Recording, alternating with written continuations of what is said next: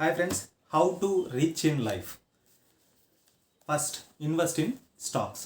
ఎప్పుడైతే మనం selected stocks ఏవైతే ఉంటాయో వాటిలో ఇన్వెస్ట్ చేస్తామో, like Tata steel, Tata Motors, TVS Motors, next మళ్ళీ ఈ కొన్ని ఏవైతే ఉన్నాయో వాటిలో ఇన్వెస్ట్ చేయడము, లాంగ్ టర్మ్లో ఇన్వెస్ట్ చేస్తే మనం ఖచ్చితంగా రిచ్ అవ్వచ్చు లైఫ్లో.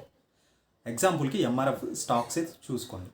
ఎందుకు అంటే మనకి దాదాపుగా 1 lakh, ఒక్క స్టాక్ వాల్యూ వచ్చి 1 lakh ఉంది. ఇప్పుడు 1 lakh అబవ్ ఉంది.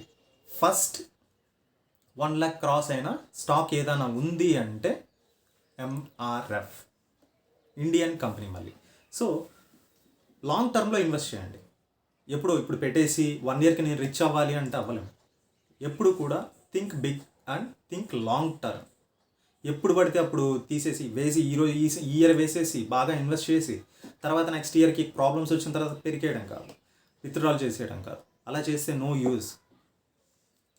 Invest in crypto. మనము బిట్ కాయిన్ గురించి వింటూనే ఉన్నాం, బట్ కానీ bitcoin is a lucky coin. ఎందుకంటే అప్పుడు ఫస్ట్ లాంచ్ అయినప్పుడు ఎవడు క్రియేట్ చేశాడో, ఎందుకు క్రియేట్ చేశాడో కూడా తెలియదు.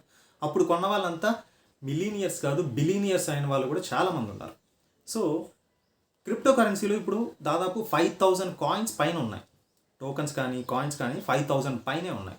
వాటిలో ది బెస్ట్ ఏంటి అనేది ఆలోచించినప్పుడు ఏఐ, ఆర్టిఫిషియల్ ఇంటెలిజెన్స్కి దగ్గరగా ఉన్నవి ఇవి. నెక్స్ట్ మళ్ళీ గేమింగ్కి సంబంధించిన కాయిన్స్ ఏమి ఉన్నాయి. నెక్స్ట్ ఇంకా ట్రాన్సాక్షన్స్కి ఈజీగా ఏమి ఉన్నాయి, ఎక్కువ ఏది యూజ్ చేస్తున్నారు, ఈ ట్రాన్సాక్షన్ చేయడానికి కూడా ఈజీగా ఏ కాయిన్ యూజ్ అవుతుంది అనేది, ఇట్లా నెంబర్ ఆఫ్ థింగ్స్ ఉన్నాయి. సో దీని గురించి తర్వాత ఒక వీడియోలో డీటెయిల్గా మాట్లాడుకుందాం. బట్ కానీ మీరు క్రిప్టోలో ఖచ్చితంగా ఇన్వెస్ట్ చేయండి. లాంగ్ టర్మ్లో మీకు తెలిస్తేనే ఇన్వెస్ట్ చేయండి. రీసెర్చ్ నేను చెప్పానని ఇన్వెస్ట్ చేయొద్దు, ఓకేనా? ఇన్వెస్ట్ ఇన్ ఎస్ఐపిస్ గురించి నాకు చాలా తక్కువ తెలుసు. దీని మీద నాకు మంచి అభిప్రాయం అయితే లేదు, ఎందుకంటే నేను ఎక్స్పెక్ట్ చేసినంత అయితే రాదు. సో బట్ కానీ లాంగ్ టర్మ్లో it gives much money and సెక్యూర్గా కూడా ఉంటుంది. లైక్ పైన రెండులో మనం మాట్లాడుకున్న స్టాక్స్ కానీ క్రిప్టోలో కానీ రిస్క్ ఉంటుంది, బట్ కానీ ఎస్ఐపిలో ఖచ్చితంగా మనకి రిటర్న్స్ అనేవి బాగానే వస్తాయి. Invest in lands.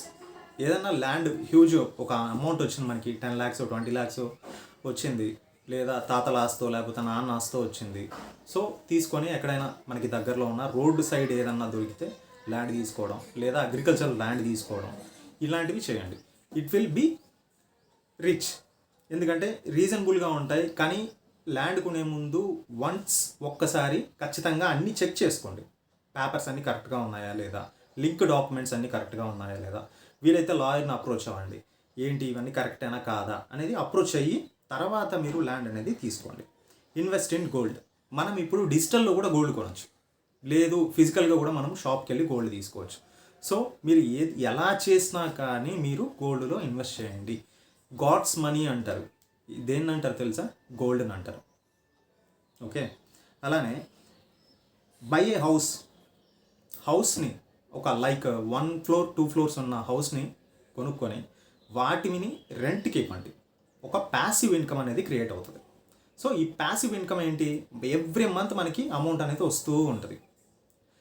మన ఇంటికి మనం రెంట్కి ఇచ్చిన వాళ్ళే కాపలాగా ఉంటారు, మనకి డబ్బులు వస్తూ ఉంటాయి. వినడానికి బాగానే ఉంటుంది, కానీ ఇది కొంచెం హెవీ ఇన్వెస్ట్మెంటే. బట్ కానీ వన్స్ ఇయర్ రెంట్స్ వచ్చే వాళ్ళు కూడా చాలామంది ఉన్నారు. సో ఫైనల్ ఏంటంటే agricultural farming, 7th one. So agricultural farming అని ఎందుకు చెప్తున్నా అంటే, ఇప్పుడు మ్యాంగో ట్రీస్ పెట్టారనుకోండి, మ్యాంగో ట్రీస్ కానీ, లేదు పైనాపిల్ కానీ, లేదు గ్రేప్స్ కానీ, లాంగ్ టర్మ్లో ఏవి ఉంటాయి తక్కువ ఫార్మింగ్ చేసేవి. ఇప్పుడు మీకు అగ్రికల్చరల్ ల్యాండ్ ఉంది, ఇప్పుడు జామ్ చెట్టు, లేదు డ్రాగన్ ఫ్రూట్, ఇన్వెస్ట్మెంట్ కొంచెం ఎక్కువ ఉన్నా మంచి ఇన్కమ్ ఇచ్చే ఫ్రూట్స్ ఏవి ఉన్నాయి? ఆరెంజెస్ ట్రీస్ పెట్టండి. లాంగ్ టర్మ్లో ఎక్కువ రిటర్న్స్ వస్తాయి. ఎవ్రీ ఇయర్ 2 times మనకి డబ్బులు వచ్చేటివి ఏవి ఉన్నాయి అనేవి ఒక్కసారి మీరు సెర్చ్ చేసి డిమాండ్ ఉన్న ఫ్రూట్ని వేశారు అంటే మాత్రం మీకు ఎవ్రీ మంత్ చాలా అంటే చాలా ఇన్కమ్ వస్తుంది. నేను కూడా వీడియోస్ చూశాను. ఒక్క 1 acreలో దాదాపు ఎవ్రీ మంత్ ఇన్కమ్ జనరేట్ చేసే వాళ్ళు కూడా ఉన్నారు. ఎలా? 1 acre ల్యాండ్లో ఫిషింగ్ చేస్తారు, మళ్ళీ కోళ్ళను పెంచుతారు, డాగ్స్ని పెంచుతారు, మేకల్ని పెంచుతారు, మళ్ళీ ఇవి కాకుండా దాంట్లో ఏదన్నా యూజ్ అయ్యే ఫ్రూట్స్ వేస్తారు. ఇవన్నీ వేయడం వల్ల ఏదో ఒక రకంగా కోళ్ళను అమ్మినా డబ్బులు వస్తాయి, మంచి బ్రీడ్ డాగ్స్ని తెచ్చి వాటిని క్రాసింగ్ చేయించి వాటి పిల్లల్ని అమ్మినా డబ్బులు వస్తాయి, ఫిషింగ్కి డబ్బులు వస్తాయి, ఫ్రూటింగ్కి మొత్తం డబ్బులు వస్తాయి. ఇలా ఎవ్రీ 3 monthsకి ఒకసారి ఖచ్చితంగా మనకి 1 acreలో ఖచ్చితంగా మనకి 1 lakh నుంచి 2 lakhs వచ్చే ఛాన్సెస్ చాలా ఉన్నాయి. కాకపోతే మనం ప్రాపర్గా ప్లాన్ చేసుకొని ఇన్వెస్ట్ చేసుకోవాలి, చూసుకోవాలి. ఓకేనా? ఇవన్నీ కూడా లాంగ్ టర్మ్లో మిమ్మల్ని రిచ్ చేస్తాయి. కోటీశ్వరుని చేయకపోయినా కనీసం లక్షలైనా వస్తూ ఉంటాయి. ఓకేనా? This is Ravi Shastri. Thank you for watching.